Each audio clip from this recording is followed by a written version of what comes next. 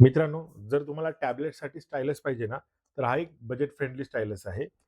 हा पण एक आहे आणि हा ओरिजिनल जो टॅबलेटसाठी बनलेला आहे तो. तिघांचा पण रिव्ह्यू बघूया आता आपण.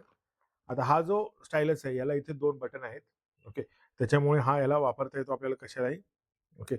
पण हा जो स्टायलस आहे याच्यामध्ये बघा हे 2 निब एक्स्ट्रा दिलेले आहेत.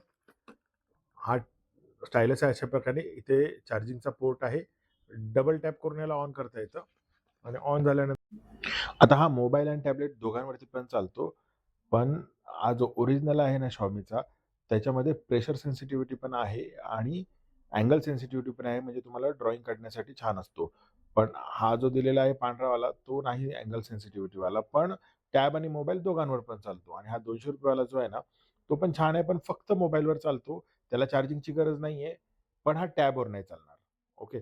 आणि जो टॅबचा स्पेशल आहे 6000 वाला तो फक्त टॅबवर चालतो, मोबाईलवर नाही.